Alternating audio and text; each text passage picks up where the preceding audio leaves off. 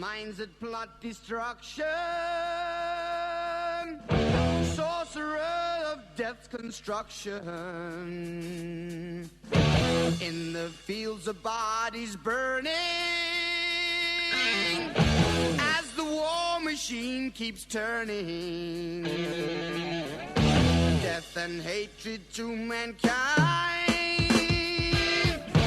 poisoning their brainwashed mind. Welcome to the Anarchist World This Week, broadcast across Australia on the National Community Radio Satellite. Listen to the Anarchist World This Week, Australia's Sacracant slaughterhouse. Listen to analysis of local, national, international events. Listen to analysis you'll never hear anywhere else.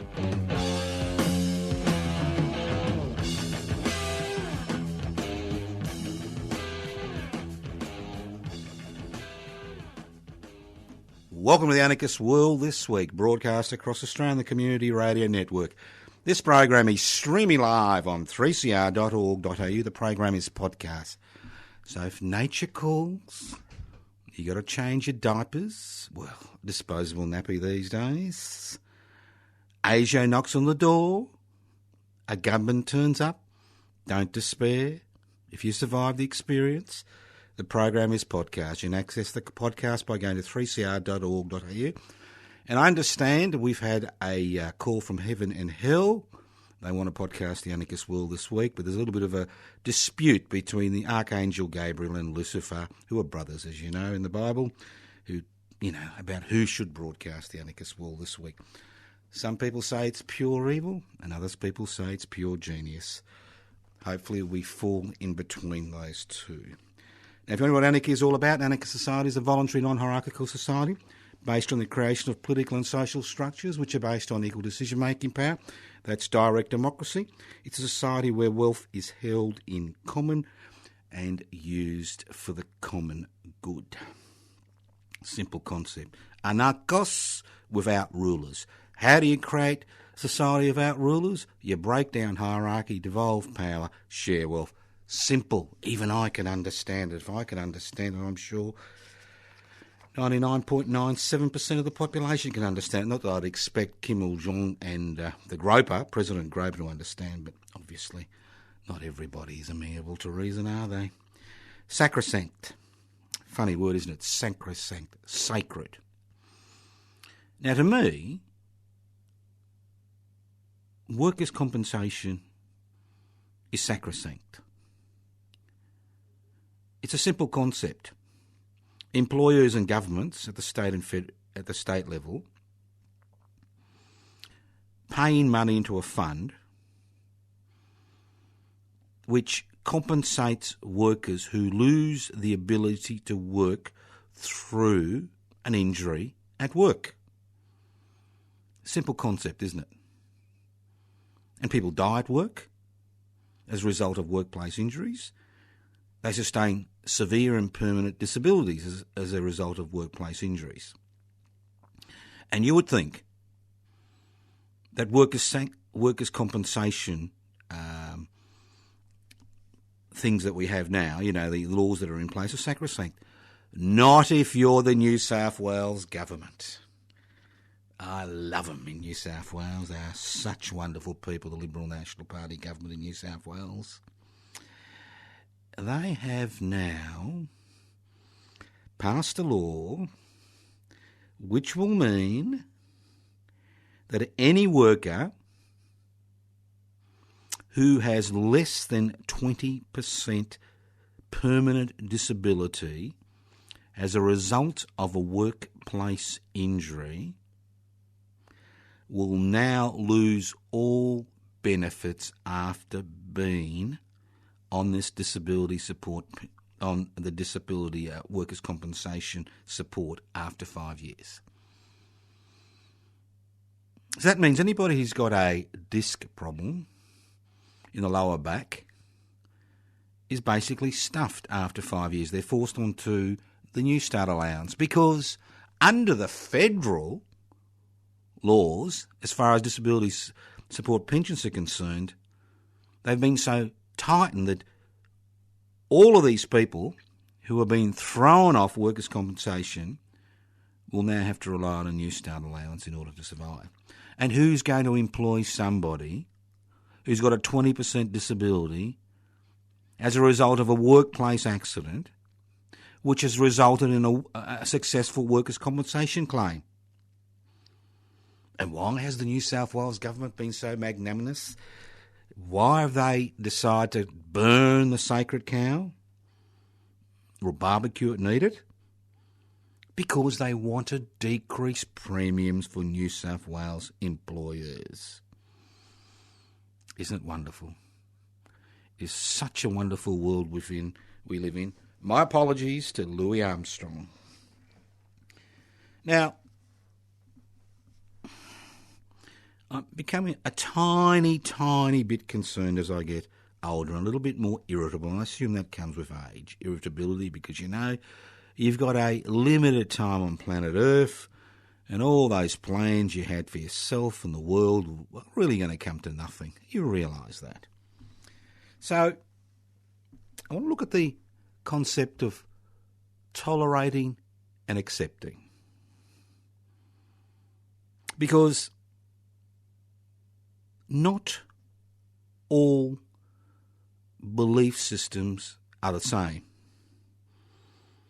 As an anarchist or a non-authoritarian activist,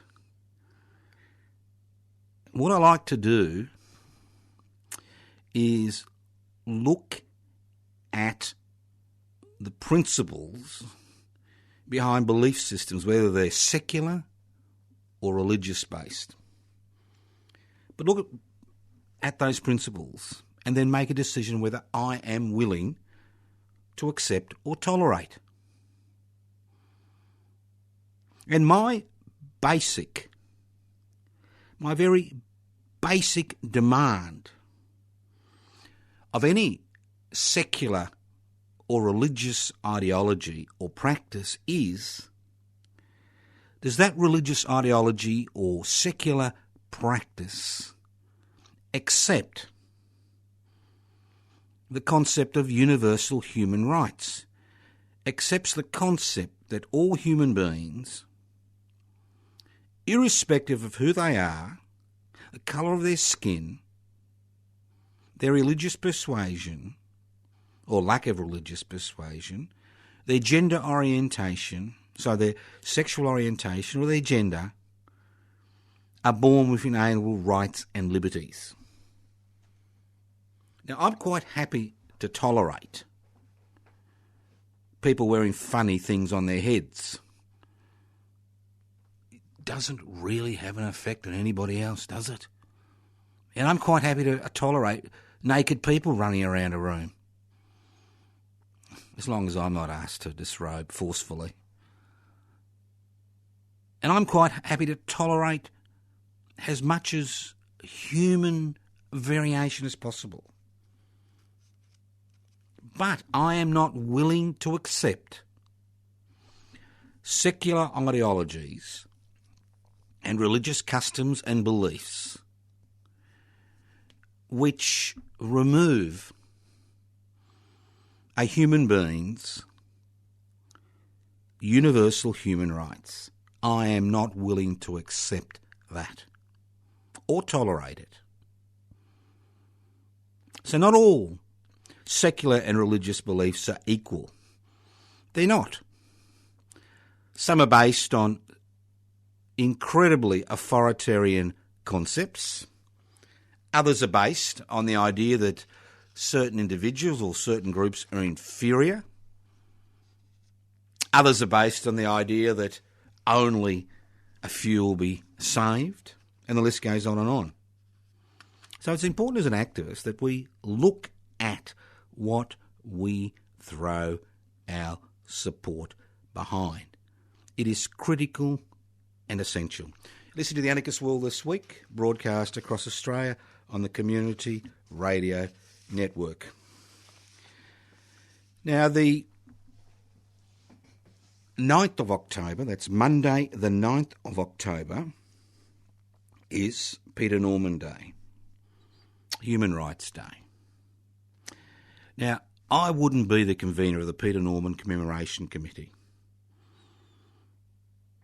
if Peter Norman was a sprinter who won a silver medal in the Mexico Olympics in 1968, I wouldn't care.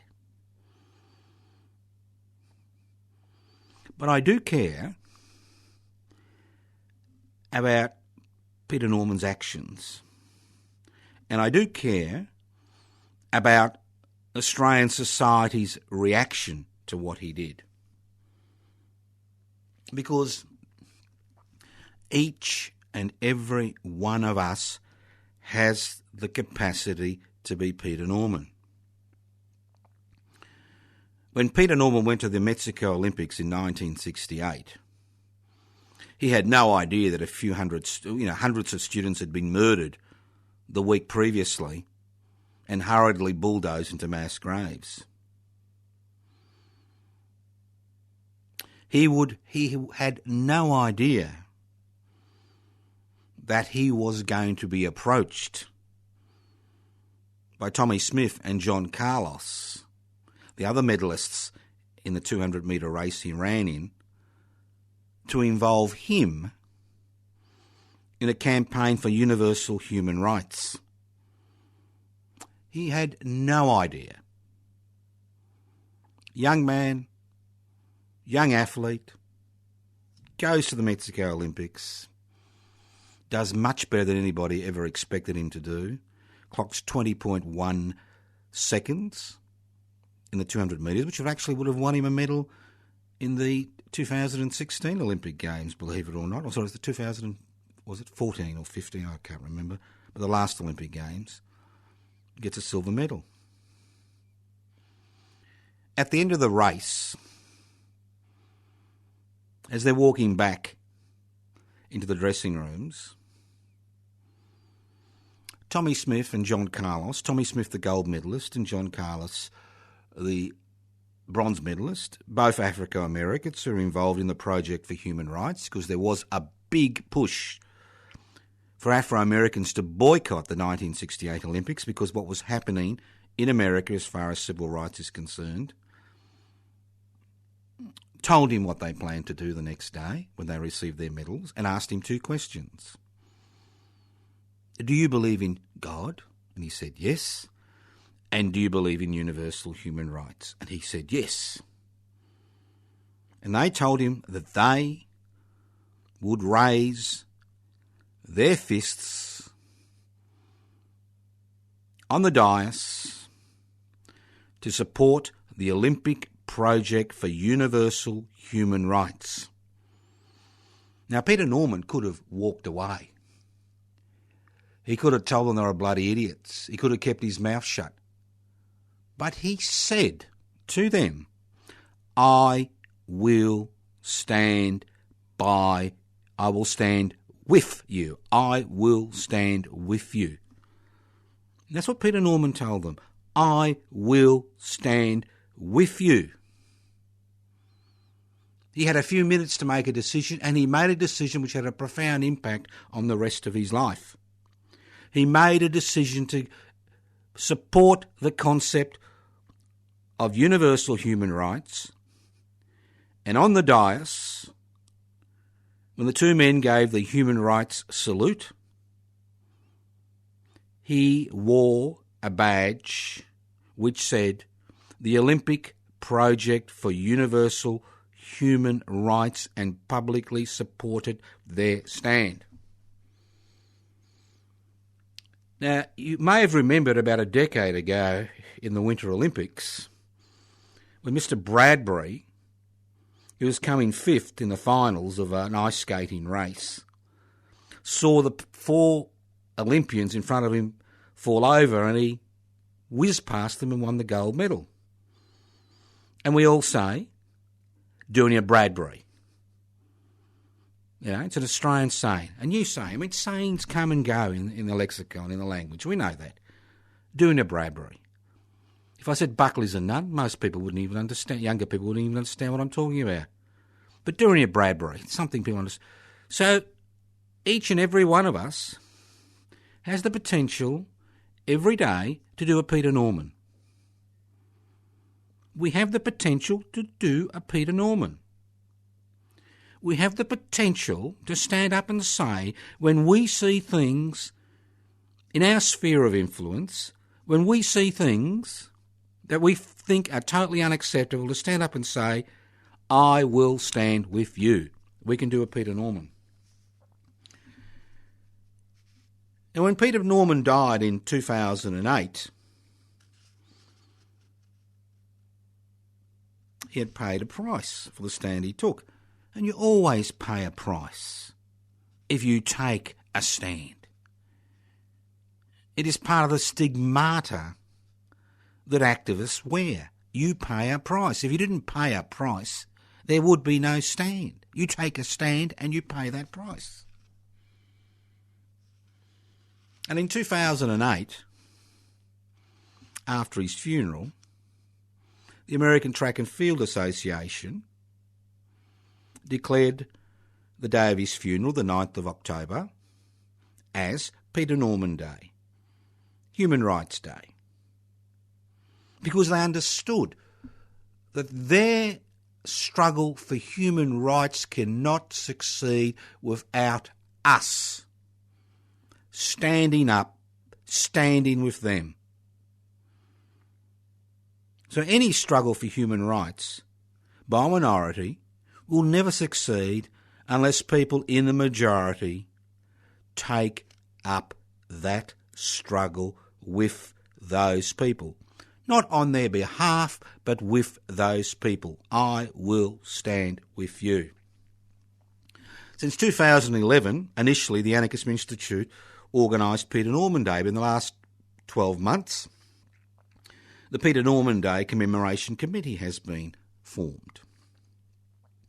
And the Peter Norman Day Commemoration Committee has two aims: to hold a yearly commemoration on the 9th of October, Peter Norman Day, the day of his funeral in 2006, to acknowledge the brave, dignified and moral stand Peter Norman took on the 16th of October 1968 in the struggle for universal human rights, and two, to campaign for the establishment of a significant interactive monument in the soon-to-be redeveloped Melbourne City Square to highlight that Melbourne is one of the world's most successful multicultural cities.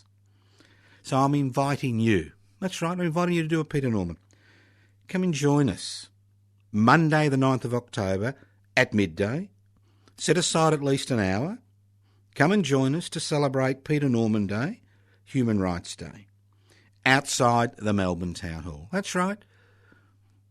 City Square, where we've had the commemoration since 2011, a jungle of construction. So join us. Midday, Monday the 9th of October, guest speakers. There'll be members of Peter Norman's family who will speak.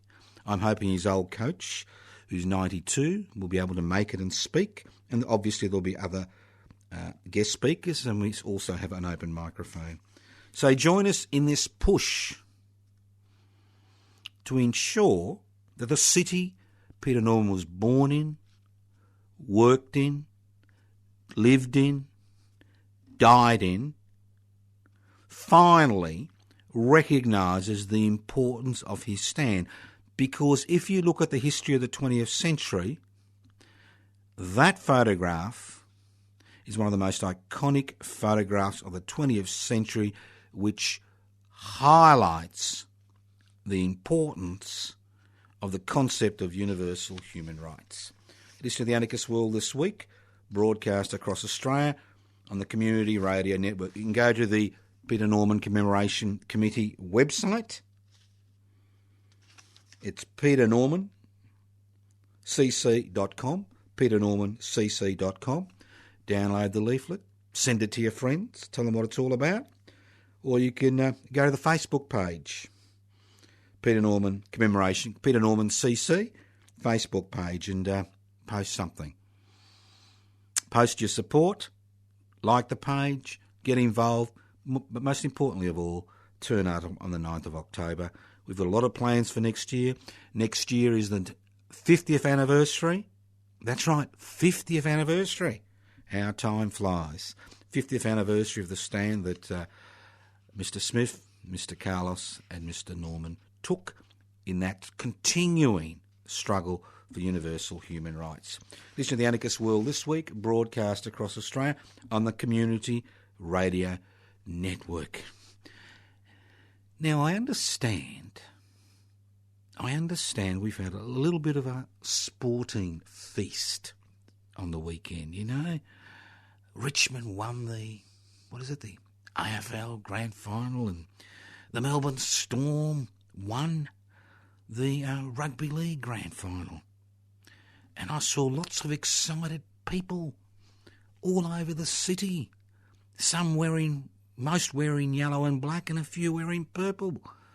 Really excited. Orgasmic expressions on their faces and orgasmic noises coming out of their mouths.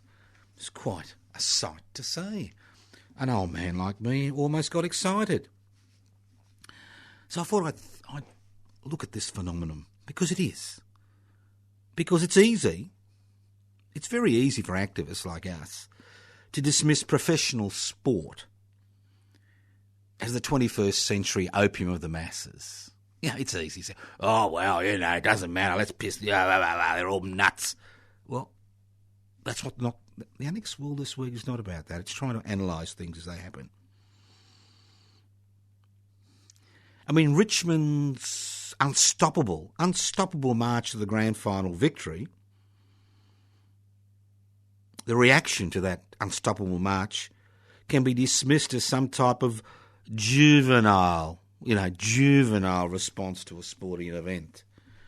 Oi, oi, oi, Aussie, Aussie, Aussie. And as activists, we can lament all we want that the passion, tears and jubilation, and I saw it all, I saw passion, tears and jubilation, that accompanied Richmond's grand final victory after 37 years in the wilderness. Christ only spent 40 days in the Garden of Gethsemane in the wilderness, 40 days and 40 nights. Richmond has spent 37 years in the wilderness. Was wasted on a football match. All that passion, all that jubilation, all those tears, wasted on a football match. I mean, we could say that, and we feel good, superior, don't we? We can mutter incessantly, and we do, about the commercial exploitation of professional sport and the way sporting clubs treat their members as cash cows. But at the end of the day, it's not going to help us to understand the passion and energy that accompanies, especially finals, in professional sport, whether it's volleyball or the Olympics or the AFL or the NRL or rugby union or soccer or Australian football, as they like to be called. You know, we see it every day. Even little finals in the Little League. So let's look at this. Let's look at what's happening, because we need to understand what's happening.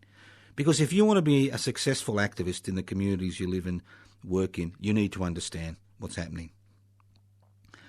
I mean, human beings are social animals. We need companionship. And we need to be able to identify with the people around us. The commercialisation of 21st century life, where everything has a price, the lacklustre performance of politicians who act as apologists for the unaccountable corporations that continue to exploit the community for their own personal commercial gain, the lack of faith as a community we have in authority figures, both in the secular and religious world, and widespread community disgust at institutional structures that no longer protect the community from exploitation, have driven people who are looking for meaning into the arms of 21st century celebrity culture and professional sport.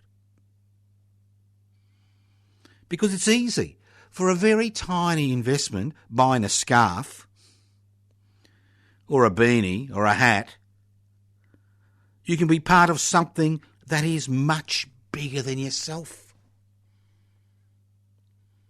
No matter how vacuous or mundane your personal quest in, you are surrounded by other people who are on the same empty quest. Barracking for a team, worshipping at the feet of celebrity, who's famous for being famous, gives you that warm inner glow we all crave for. You don't get it from religion. You don't get it from ideology. You don't get it from, politicians. You don't get it from the institutions. You don't get it from authority figures.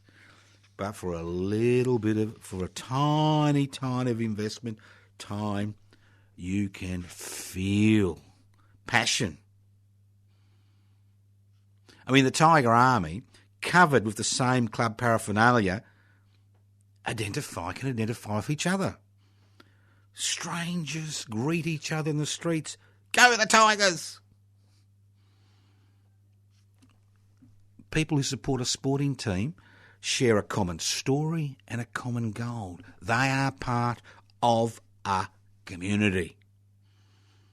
It doesn't matter how illusory or transient the goal is, achieving it with like-minded people in the same physical arena lifts the soul and purges the mind of self-doubt. Because you don't need to die for your country. You don't need to pray 5 times a day or go to church on Sunday or the synagogue on Saturday.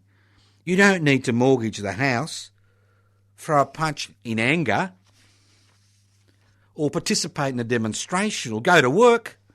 Supporting a professional sporting team is a little bit like being on the internet and becoming a click activist. All you have to do is call yourself a supporter. Don the club colours and pout when you lose and celebrate when you win. And you are part of something that is bigger than anything you'll ever experience in real life. That's how pathetic living has become in the 21st century. Commercialised existence. We need to break out of that commercialised existence. And barracking for a club gives people that opportunity to demonstrate their humanity. Because when our tribe triumphs, we triumph. Think about it. Very important social, political concept, professional sport, and the role it plays to a significant degree, not just in Western society, first world societies, but many developing societies, especially in authoritarian regimes where about the only outlet you have is the ability to barrack for your sporting club. Fascinating. Listen to the Anarchist World this week, broadcast across Australia on the Community Radio Network. This program is streaming live on 3cr.org.au. That's 3cr.org.au. The program is podcast. You can access the podcast by going to 3cr.org.au. I'd just like to remind you the Eureka Australia Day medal nominations are open. They will close definitely on the 16th of November. Every year, the Anarchist Institute, who organises the Reclaim the Radical Spirit of the Eureka Rebellion celebration, awards 6 Eureka Australia medals, EAMs, on Eureka Day, the 3rd of December, at Bakery Hill.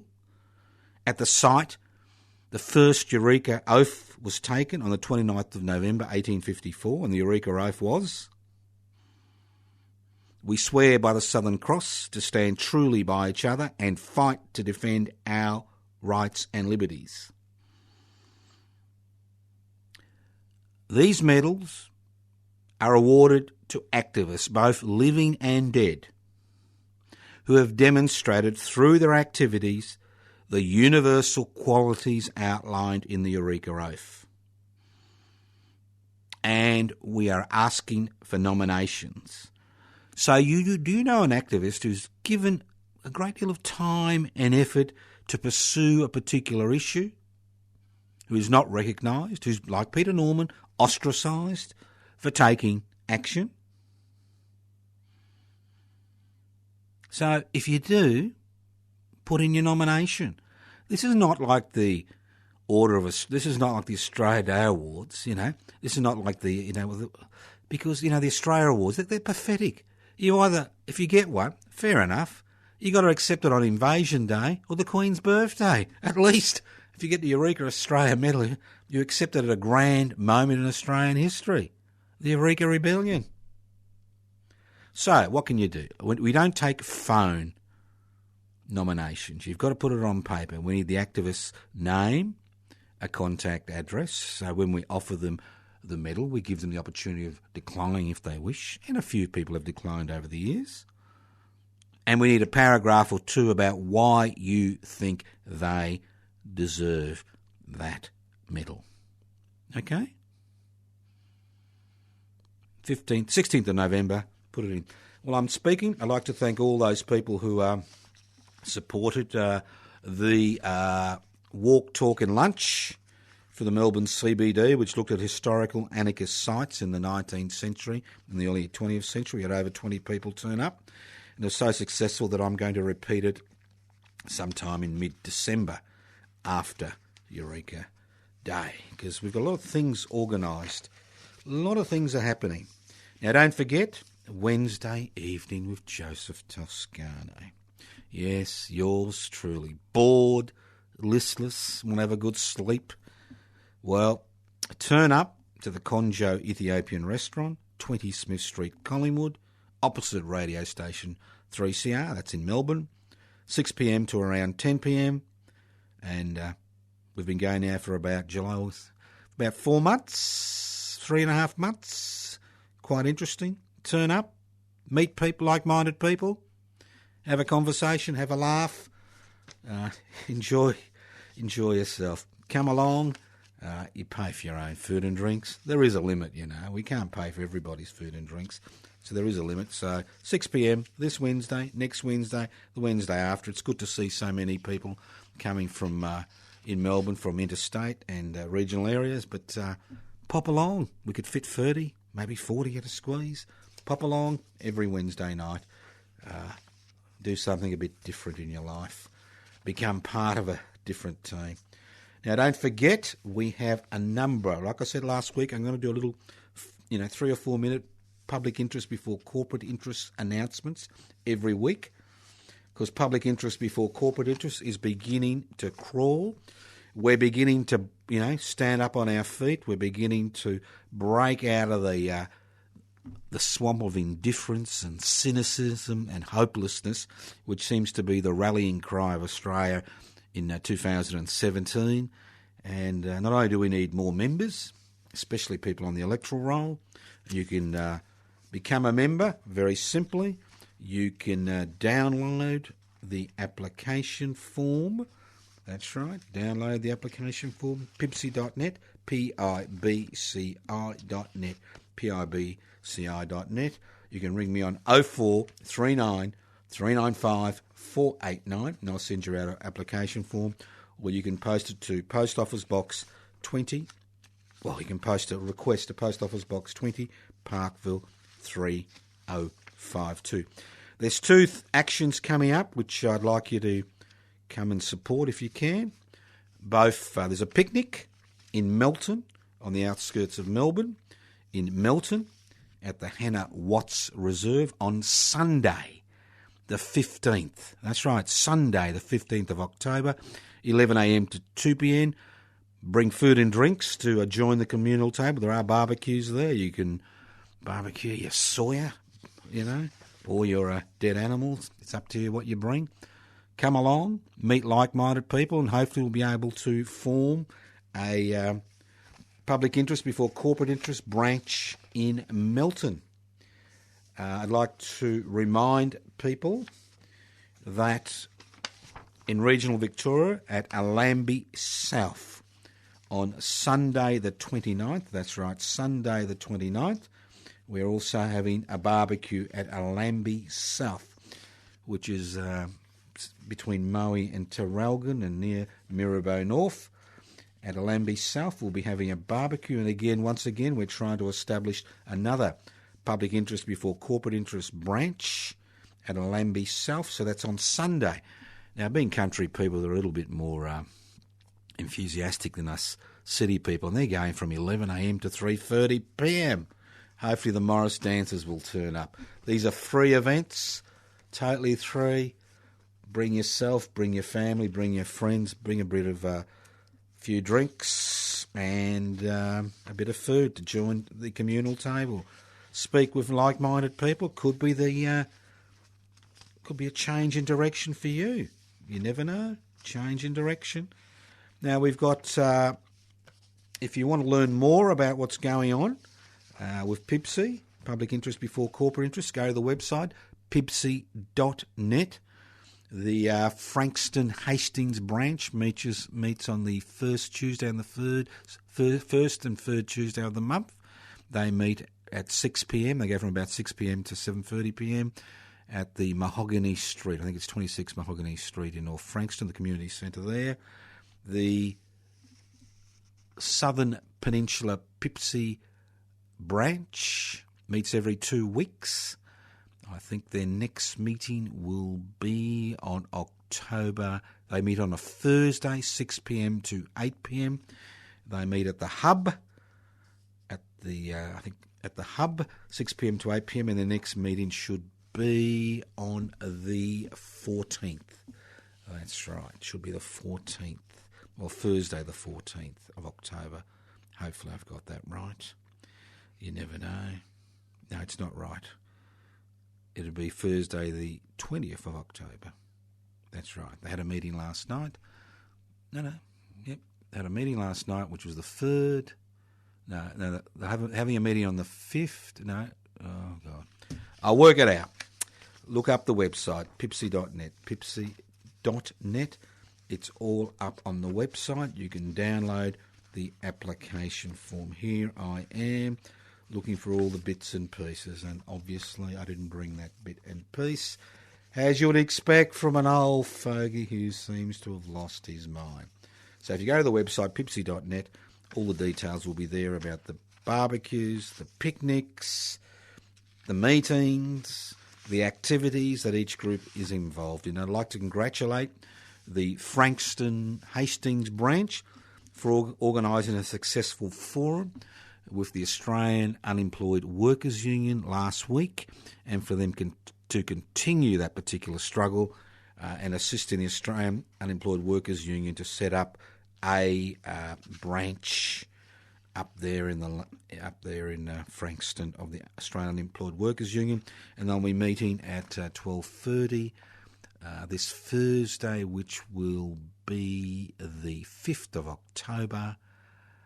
That's right, 5th of October, outside the Frankston Library at 60 Plain Street at 12:30 this Thursday to try to get a branch established. So things are moving, but we do need your support. We're not asking you for your money. We're asking you to join. You're interested in change?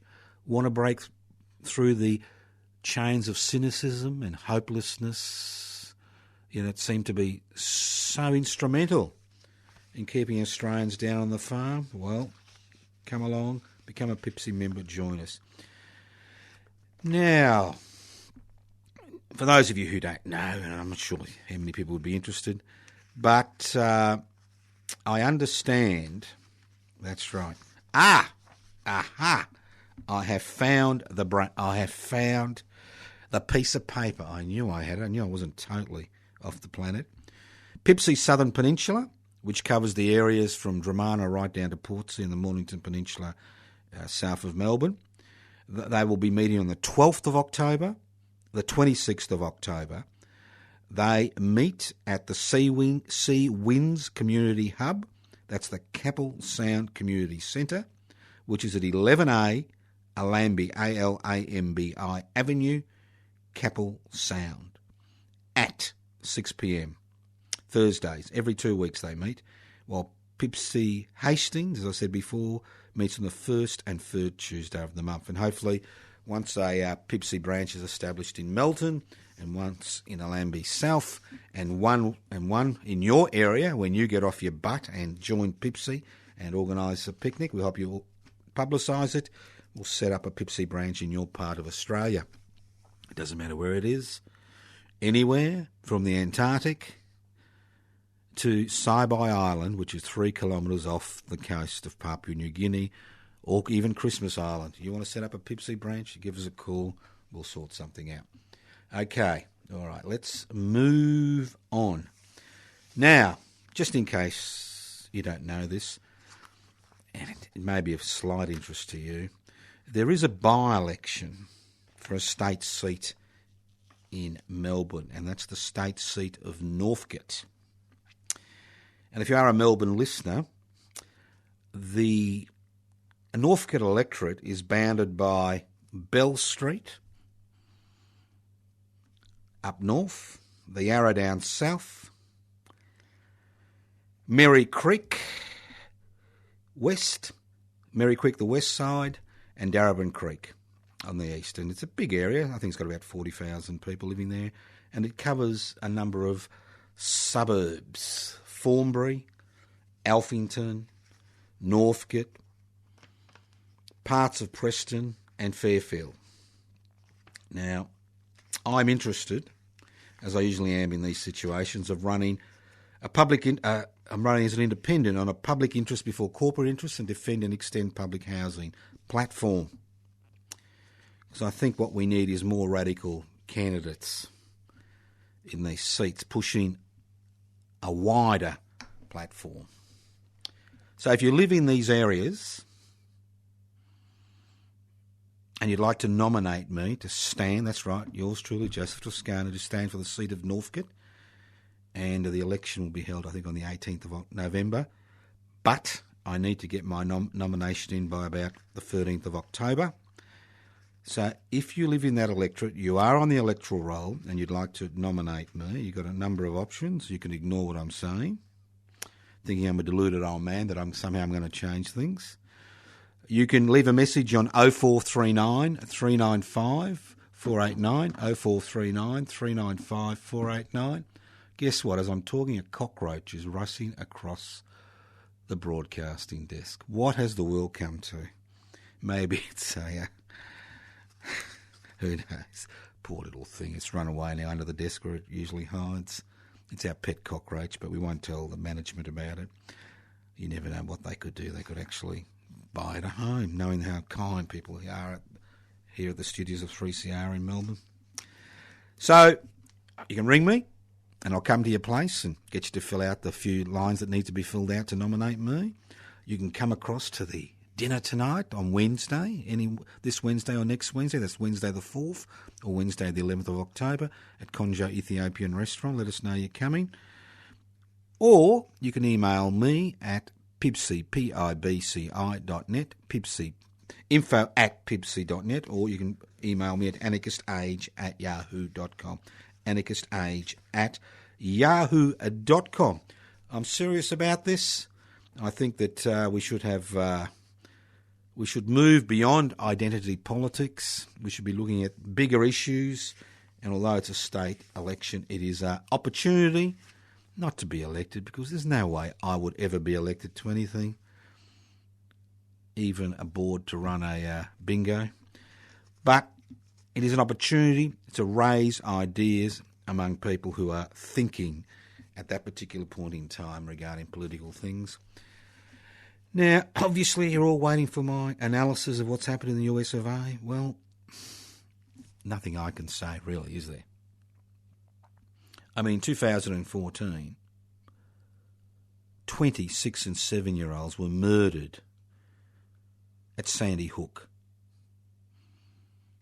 And President Obama, who was not in the pocket of the NRA, the National Rifle Association, couldn't get legislation through Parliament or through the Congress and the Senate in the US of A to amend laws regarding who could actually access guns. And let's remember, I'm not going to mention the gentleman's name.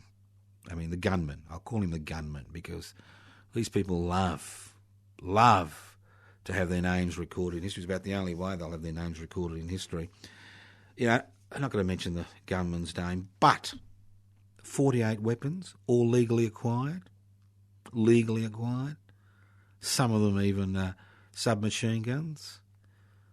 Over 600,000 submachine guns in the US of A, legally acquired before 1934, still on the register. What really annoys me is seeing people like President Groper and other people talk about we extend our prayers, we extend our sympathies, this is a demented action, this is pure evil, and the list goes on and on and on and on and on.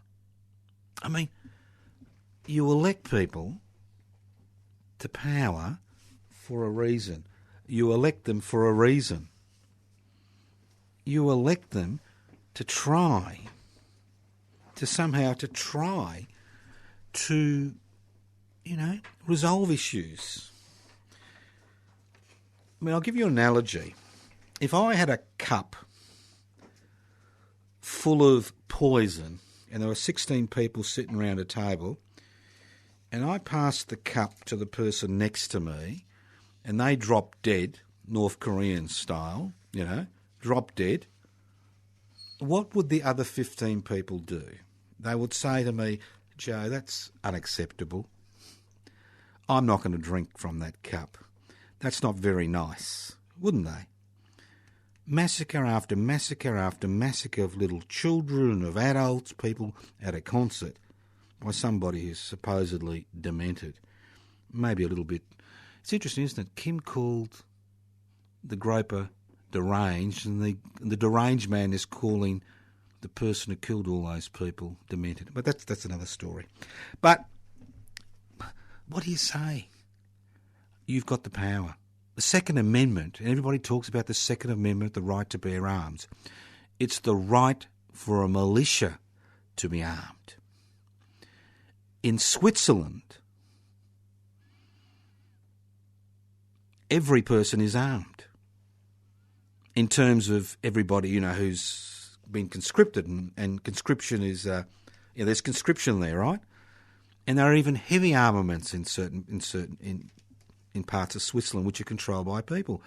But not one individual has access to those heavy armaments. They're under lock and key, and you may need 3 or 4 people from the same area to unlock them before you use those arms. In Switzerland, where you have an armed militia, and historically they've relied on an armed militia to maintain their neutrality, you have checks and balances which ensures those arms don't fall into the hands of people who may use them because of psychological issues or personal hatreds, to cause mass casualties. So you don't hear about mass casualties in Switzerland, which is an armed society. Most people wouldn't know that Switzerland is an armed society, that you've got compulsory military service till about the age 40, that you're expected to have guns locked away in your home.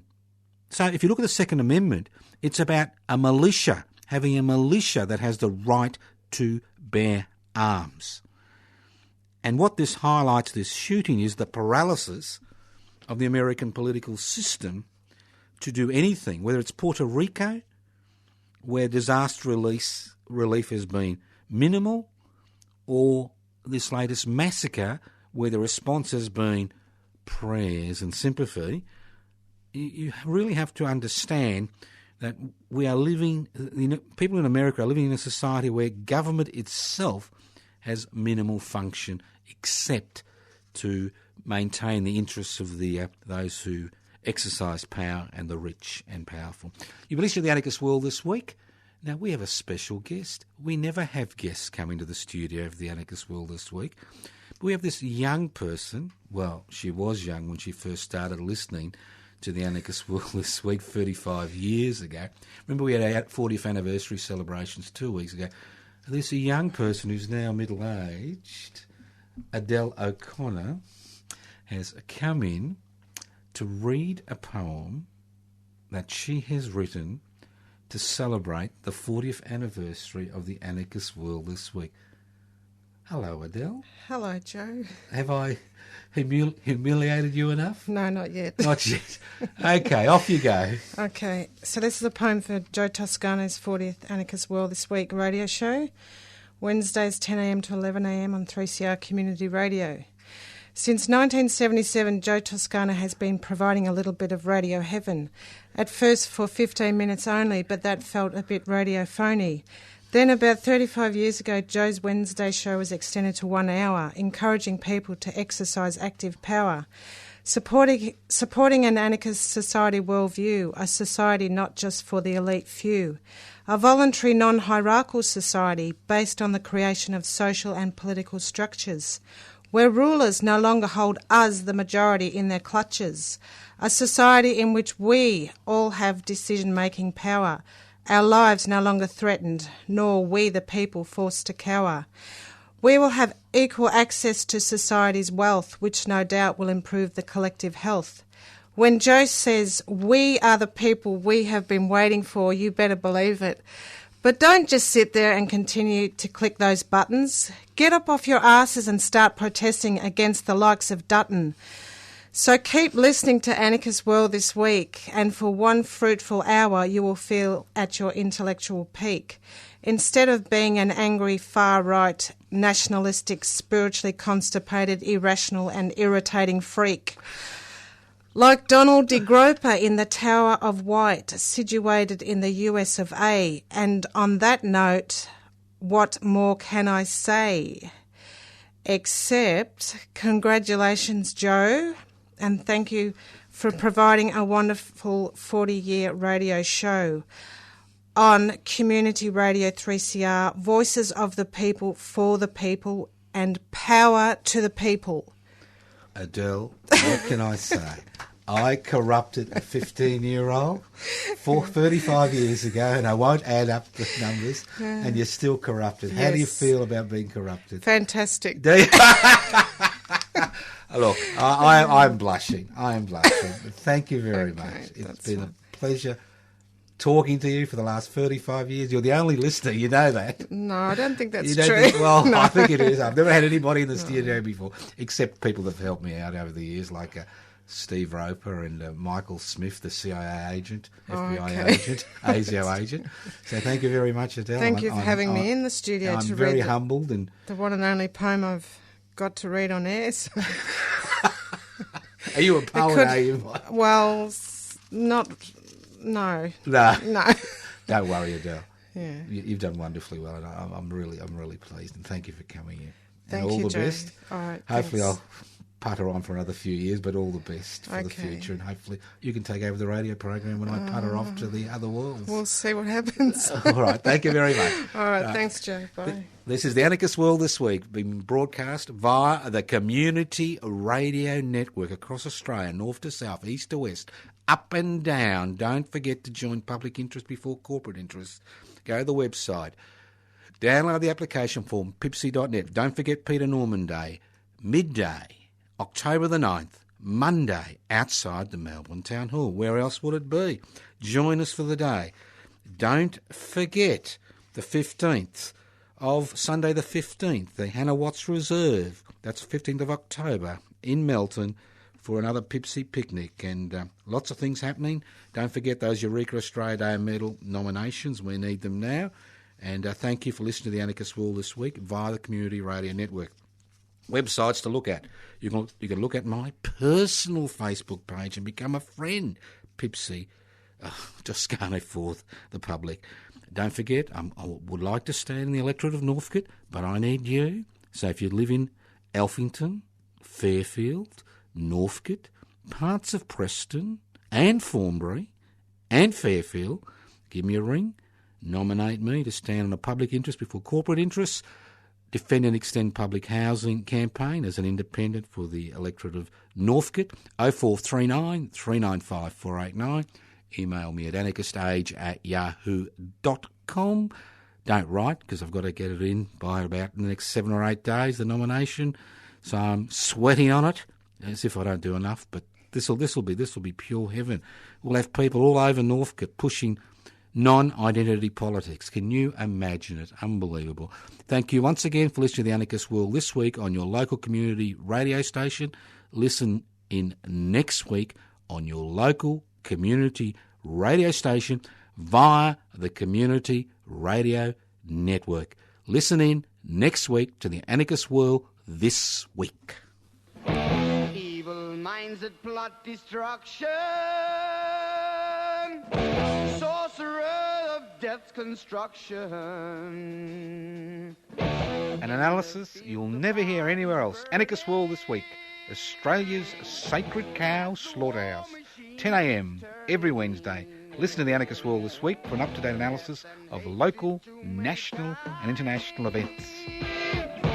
Poisoning their brainwashed minds. Oh, Lord, yeah.